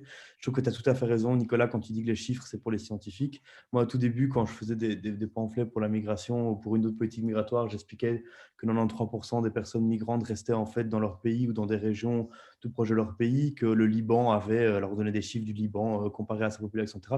En fait, ça ne sert à rien, ça ne sert strictement à rien. On n'est pas dans un débat rationnel, ça fait très longtemps qu'on a quitté le rationnel, et c'est important de se le dire pour pas justement avoir l'air parfois un peu condescendant et prétentieux face à des publics qui sont plus intéressés par ça ou qui sont plutôt dans une peur. Et quand tu disais la logique sécuritaire, moi je trouve que tu as tout à fait raison. Et ce qui devrait aussi, et Bruno Latour, qui est vachement intéressant, dit il faut accepter l'identitaire. J'ai l'impression qu'un des problèmes des progressistes, c'est qu'on n'a pas accepté que les gens ont droit à leur identité. Et on essaie à chaque fois de… En fait, pour moi, ça ne me pose pas de problème qu'un flamand se sente flamand ou qu'un néo-nouvelaniste se sente néo-nouvelaniste. Enfin, les quotas projets, ça ne marche pas parce qu'ils viennent de partout en Belgique, mais soit. Mais parfois, je trouve qu'on a oublié d'accepter que ça fait partie de la construction des gens et qu'on devrait… Enfin, voilà. Juste pour moi, dans les solutions, il y en a deux. Alors, il y en a une, mais de nouveau, je ne suis pas objectif et je m'en excuse, mais pour moi, c'était ce qu'on a essayé de mettre en place, c'est d'apaiser le débat sur la question migratoire. Le fait de mettre la NVA dans l'opposition et de pouvoir revenir avec un discours relativement plus serein et plus objectivé sur la question migratoire, c'est une première étape. On est arrivé en négociation, on espérait avoir des milliers de choses. On a eu pas du tout des milliers de choses. On a eu des choses intéressantes, mais pas que. Mais on savait que notre objectif, c'était d'abord de réparer avant de pouvoir avancer vers une politique migratoire juste. Et là, je pense qu'on y arrive. Quand je vois que la NVA et le Belang baissent tous les deux dans les sondages, c'est la première fois en 8 ans que la NVA et le Belang baissent de manière, dire ensemble dans les sondages et ne sont pas dans des liens, enfin voilà, dans des hauts et des bas qui sont liés. C'est quand même intéressant. Alors, je ne suis pas non plus super optimiste, hein. Il peut se passer beaucoup de choses et il n'y a pas que la question migratoire, mais ça, c'est déjà une bonne nouvelle, le fait d'avoir pu apaiser le débat. Et moi, je pense que la deuxième solution, c'est ce que vous avez fait au CNCD, c'est les communes hospitalières, c'est repartir du local. Il faut favoriser les rencontres, et c'est ce que vous faites au Migracode, c'est ce que l'associatif fait. Il faut continuer à favoriser les rencontres entre… le nous nationaliste que certains ont en tête et le eux et d'autres personnes. Ça passe par des repas dans les communes ou dans des soirées interculturelles que le Côte interculturel fait ou d'autres choses, mais je crois que ça fonctionne vraiment. Je prends un exemple, Gré d'Oiseau. petite ville assez bourgeoise du Brabant-Wallon. Je fais partie du BOE, donc je ne vais rien dire, mais voilà. Tout le village se mobilise pour la régularisation d'une famille d'Afghans à Zara depuis 4 ans. Et ça fonctionne, quoi. Les 2 écoles sont derrière, il y a des parents d'élèves, des grands-parents, etc. Et voilà, moi, je pense que repartir du local pour la question migratoire, c'est vraiment une des pistes, pour moi, les plus intéressantes. Et puis, essayer d'apaiser le débat, en effet, en étant plus à l'écoute. Et nous, politiques, c'est malheureusement pas notre fort parfois d'être à l'écoute. Et c'est vrai qu'il y a plus cette volonté de convaincre que d'écouter. Et c'est bien dommage. Voilà. Et je dois vous laisser parce que j'ai une autre réunion. Mais un tout grand merci au Migra pour la soirée. Merci pour ton intervention aussi. Alors, si plus personne n'a de questions, on va pouvoir introduire le mot de la fin. Et je laisse Joy le faire. Donc, merci beaucoup à nos 2 intervenants, donc Sabine Henry et Nicolas Van Nuffel, pour vos interventions très intéressantes. Donc, pour conclure, on peut donc dire que les migrations environnementales, c'est un phénomène qui n'est pas nouveau et qu'il y a des impacts différents en fonction du revenu des gens. Aujourd'hui, on met beaucoup plus la lumière sur les migrations environnementales, étant donné qu'on parle beaucoup du climat et du réchauffement climatique. Et ça a demandé une certaine adaptation de la population, comme Sabine Henry nous l'avait dit. On peut aussi dire que c'est difficile de distinguer les différentes migrations et que c'était toujours le résultat d'un mélange et que c'est aussi pour ça que c'est difficile pour ces personnes d'obtenir le statut de réfugié. Et alors, pour conclure, donc on peut citer des petites solutions et des petites choses à faire qui pourraient diminuer cette migration environnementale, comme Nicolas Van Nuffel nous l'a dit. Donc, tout d'abord, diminuer notre impact sur l'environnement, en sachant que c'est toujours les pays les plus pauvres qui subissent en premier les problèmes de réchauffement climatique. Ensuite, de mettre un cadre avec des voies légales et sûres pour la migration. Et enfin, d'agir sur les mentalités des gens au niveau de la migration, mais aussi au niveau du réchauffement climatique. Merci beaucoup à toutes les personnes qui étaient là ce soir pour nous avoir écoutés sur cette conférence des migrations climatiques. C'était notre dernière conférence de l'année, donc on espère qu'elle vous a plu. Et n'hésitez pas à aller liker notre page Facebook pour vous tenir au courant de tout ce qui se déroulera du coup l'année prochaine à partir de septembre avec notre quota projet. Donc voilà, merci beaucoup à tout le monde et au revoir. Bonne soirée, merci beaucoup pour l'organisation et tenez bon dans la préparation des examens. Merci. Merci beaucoup. Merci. Oui,